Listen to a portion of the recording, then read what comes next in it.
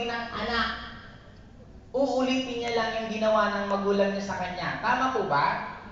This is my question. If bawat isa sa inyo right now nabubuhay pa po yung mga magulang nyo, kailan nyo man lang gustong bumawi sa kanila? Di ba ang sarap sabihan, Mama, Papa, magkano po ang kinikita ninyo buwan-buwan? Mag-resign na po kayo sa trabaho nyo at mag-enjoy na lang kayo ng buhay nyo. Imagine mo kung dodoblein mo yung kinikita nila. Tuwing Mother's Day, tuwing Father's Day, anong ginagawa natin? It will be useless, you have plenty of money kung ang kausap mo nicho na. Mas masarap magsabi ng I love you na meron yakap at meron mama ito 50 mil, allowance yung buwan-buwan. Dapat ubusin nyo yan kasi pag hindi nyo inubos, hindi ka na kayo bibigyan. Imagine mo kung yun ang problemang ibibigay ninyo. Di ba ang sarap? May tanong lang po ako sa inyo. Anong mas importante sa inyo? Trabaho nyo o allowance nyo?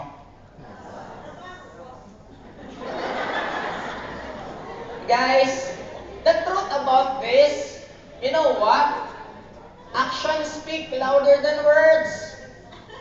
Kung mas importante sa inyo yung loved ones nyo, ba't nyo sila iniwan? Pag niyayaya kayo ng anak nyo, pumunta ng birthday niya, anong sagot? Pasensya na, busy ako.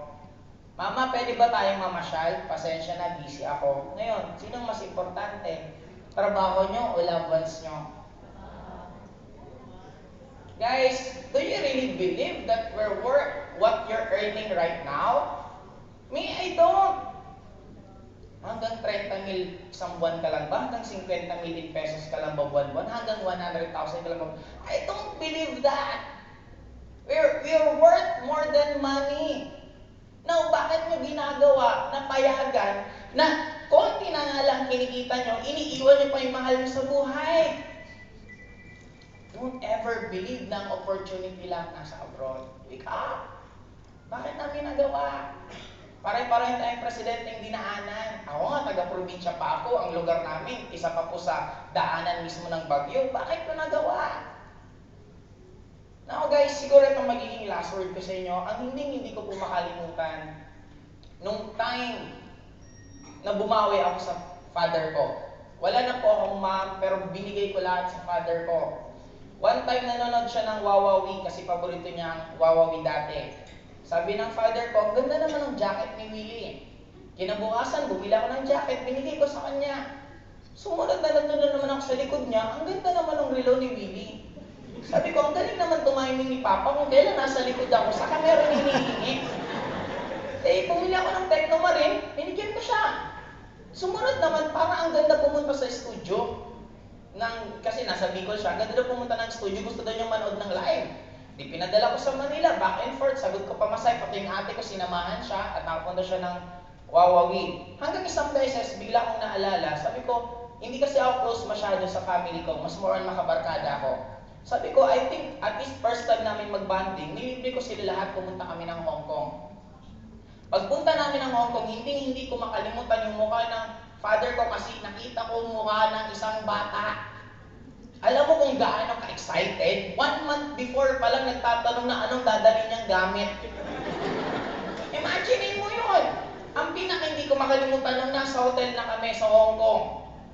Alas 9 ng umaga, aalis, papuntang Disneyland. Alas 3 ng umaga, gising na. Ang tagal-tagal daw. Sabi ko, Papa, matulog ka na ako kasi ganang gimmick. Pag uwi ko, gising na siya. Sabi ko, Papa, matulog ka muna, gigisingin na lang kita. Pumunta kami ng Disneyland, sinakay ko yung father ko. First ride, Space Mountain. Ano ang Space Mountain? Yun po ang pinaka-wild na ride ng Disneyland. Sabi ng dalawang ate, at ako bunso, sabi, huwag mong isasama dyan si Papa Matan. My father's already 70 years old. Huwag mong isasama, matanda na yan. Sagot ko, age is just a number. I don't believe na may matanda at bata.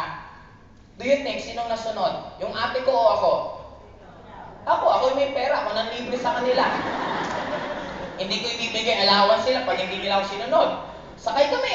Pagbaba, tuwang-tuwa yung father ko. Sabi niya, woo! Walang-wala. Eh, since yun ang pinaka-wild, di wala ng challenge. Di, okay na.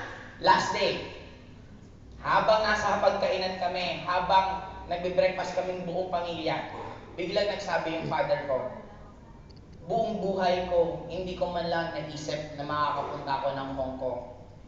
Sabay ngumiti, yung pagkasarap-sarap ng ngiti, nang hindi mo mabibili ng pera, pero kailangan mo ng pera para makita mo yung ngiting yon.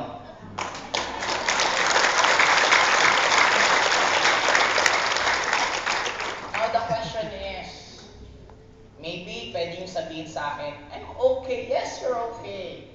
But the question is, okay ba talaga yung mga mahal mo sa buhay sa ginagawa mo ngayon? What more kung hindi ka okay? Papalagpasin mo pa ba yung ganitong klaseng opportunity na nangyari sa amin way back 7 years ago? Ngayon, ikaw naman ang nakakaranas na magiging pioneer mismo dito sa UAE.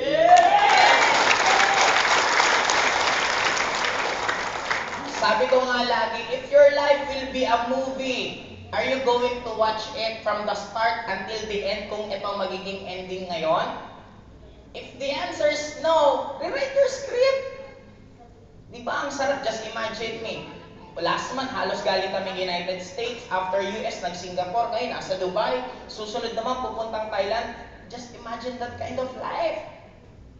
Ano ba naman konting sakripisyo, konting dagdag ng eye bag, gawin nyo ng shoulder bag. Konting dagdag na puyat, dagdag na hirap, lubos-lubosin na. At least 1 year from now, mahirapan naman ang sobra. Eh kung susunod na taon, uuwi ka na ng Pilipinas at meeting-meeting ka na babalik dito. Guys, you can do it. Just believe in yourself.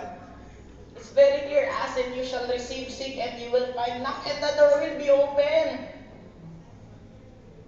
Do it, guys. Kami na po mismo, sabi nga, kung pwede namin maipalit sa inyo lahat ng nararamdaman namin.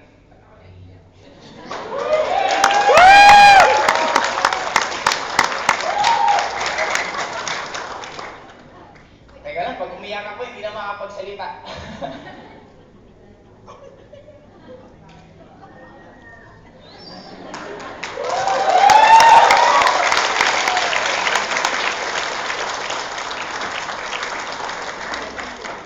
Tissue! Nangyari sa akin.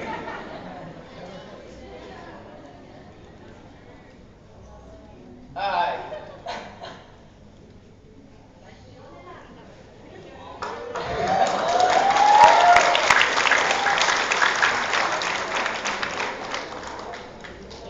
Hindi ko alam ba't po ako naiiyak. Siguro,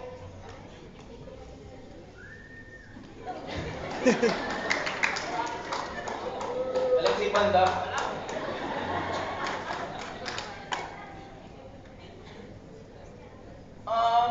Siguro kaya ako naiiyak. Nakita ko sila tayo isa. I don't believe that there's such thing as race. I don't believe that there's such thing as religion. For me, lahat tayo tao. Lahat tayo mababait. Kahit sinong tao, pag may na-aksidente sa harapan mo, walang ibang kang gagawin kundi tutulog ka.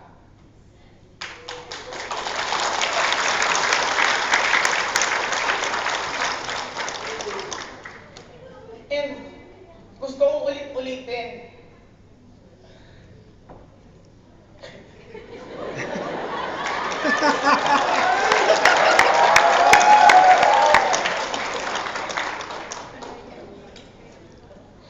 Gusto ko kung ulit-ulitin, you don't deserve this kind of life.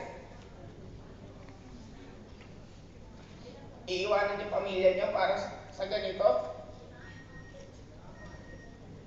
Kumbaga, ayaw nyo, andito kami. We're always going to remind you, kaya nyo magawa.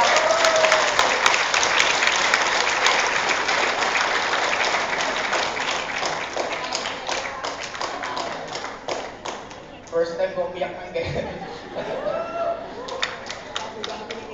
Hindi guys, alam nyo bakit siguro masyado lang kami exposed sa bawat iba't ibang Pilipino sa iba't ibang bansa na kung makapagkwento minsan, yung mga pinupuntahan namin, sila mismo ang tatagal na sa country yun, hindi nila mapuntahan. Just imagine kami, nung isang araw nasa Burj Al Arab kami, naglalakad-lakad, maya-maya, bigla kang bumili ng Rolex. Imagine mo yun.